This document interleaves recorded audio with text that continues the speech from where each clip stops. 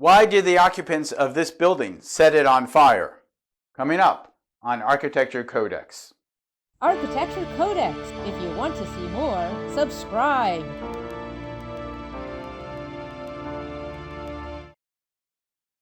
When I first saw it, I was struck how small it was.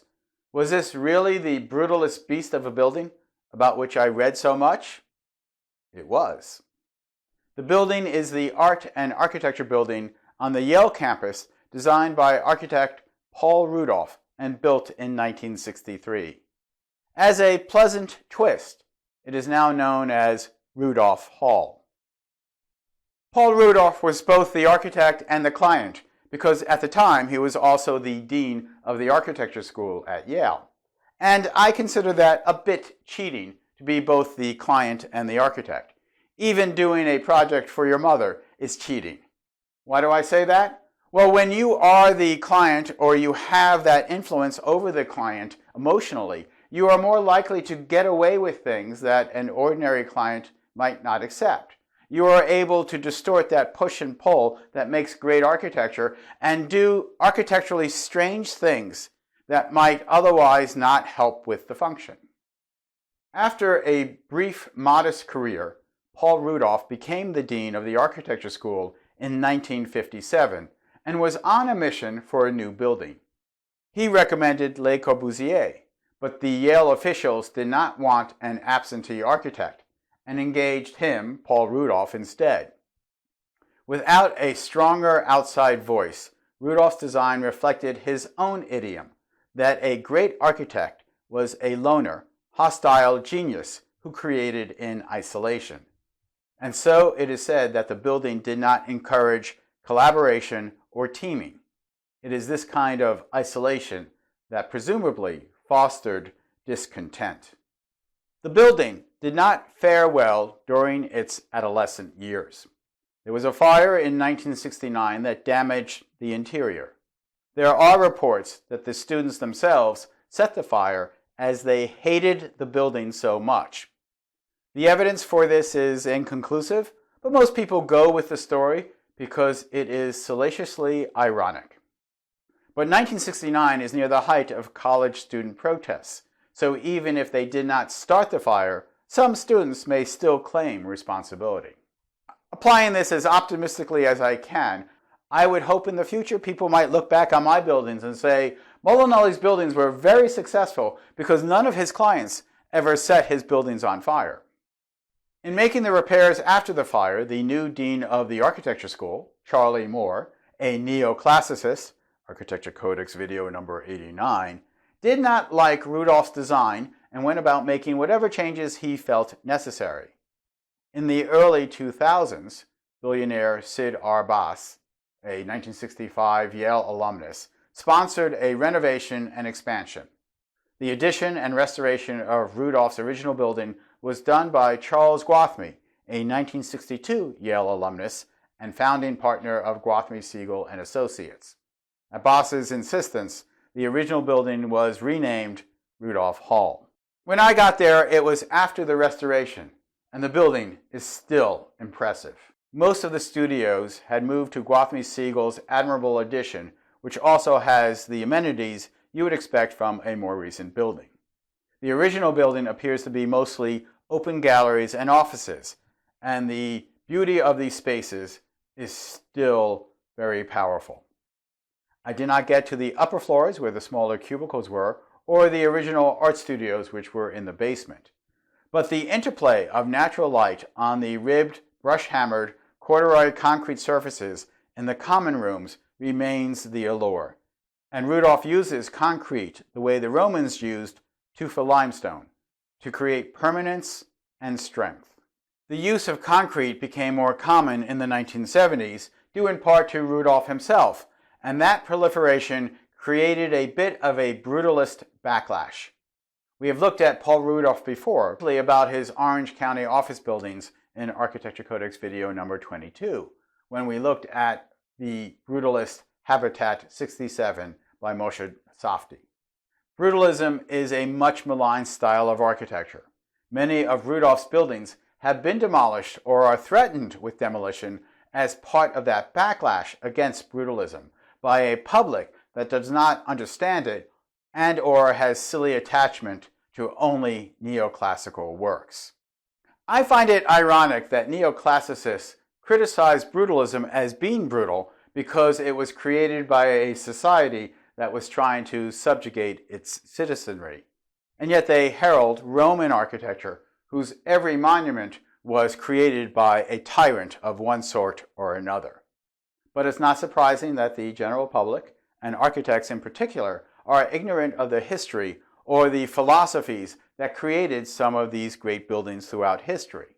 To them, style is something you stick on a building and not something deep within its bones. Still, if you can get past the prosaic, I know what I like attitude and take a look at Rudolph Hall with an open mind, you will see an architecture that understood Roman monumentality.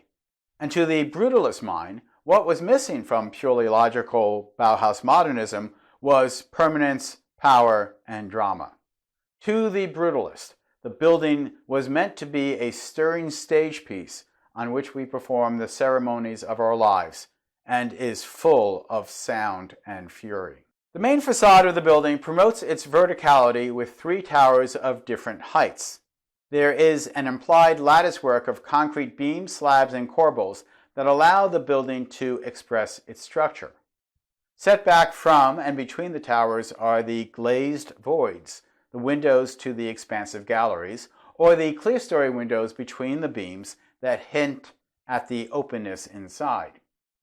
These ascending elements repeat on the left side of the building, which occupies the corner of the street, and gives it dominance, even though 2 of the 7 stories are underground. As I said, it appears smaller in person than I had always imagined. Perhaps that was one of the nuances of Rudolph's design, how it projects mass even though it is only 5 stories above the ground and no higher than adjacent and nearby buildings. Also set back in a deep recess is the entrance, whose bottom steps protrude from the front edge of the towers just enough to invite you to climb up and into the building. They bring you into a contained, shadowy void and up into the school, where light once again greets you. These kinds of stepped entrances, implying arrival and ascent, have been a technique since the ziggurats of ancient Mesopotamia. Inside, Rudolph continues this interplay with arrival and elevation, such that there are 37 different levels in the interior. This is dramatic architecture, something the brutalists understand, but it might be why so many of Rudolph's buildings are at risk. Most of Paul Rudolph's buildings were designed and built before the 1990s American with Disability Act, which codified, among other things, wheelchair access to buildings and on the inside. Consequently, Rudolph's playful level changes are a nightmare to adapt for wheelchairs. If not physically impossible, it is economically infeasible, or would eat up so much usable space that the building would become essentially useless. This is not a design flaw. It was simply not a consideration at the time, the same way we were not really worried about energy efficiency. But if you look at human history and the buildings that they built, you will see that it has been a continuous struggle in order to bring justice, kindness, and inclusiveness. Yet if you applied the ADA standard throughout history, you would not have the Parthenon, the Pantheon, or many of the great Greco-Roman buildings, from Villa Capra through the Metropolitan Museum of Art in New York City. I have long been an advocate of ADA, and in fact much of my career has been adapting existing buildings in order to meet the requirements, but we faced practical choices that needed to be made, particularly when we were dealing with historic or architecturally significant buildings. Another reason it is hard to adapt a Rudolph building is the concrete monumentality that is both on the inside and the outside, and how Rudolph used texture to create mood.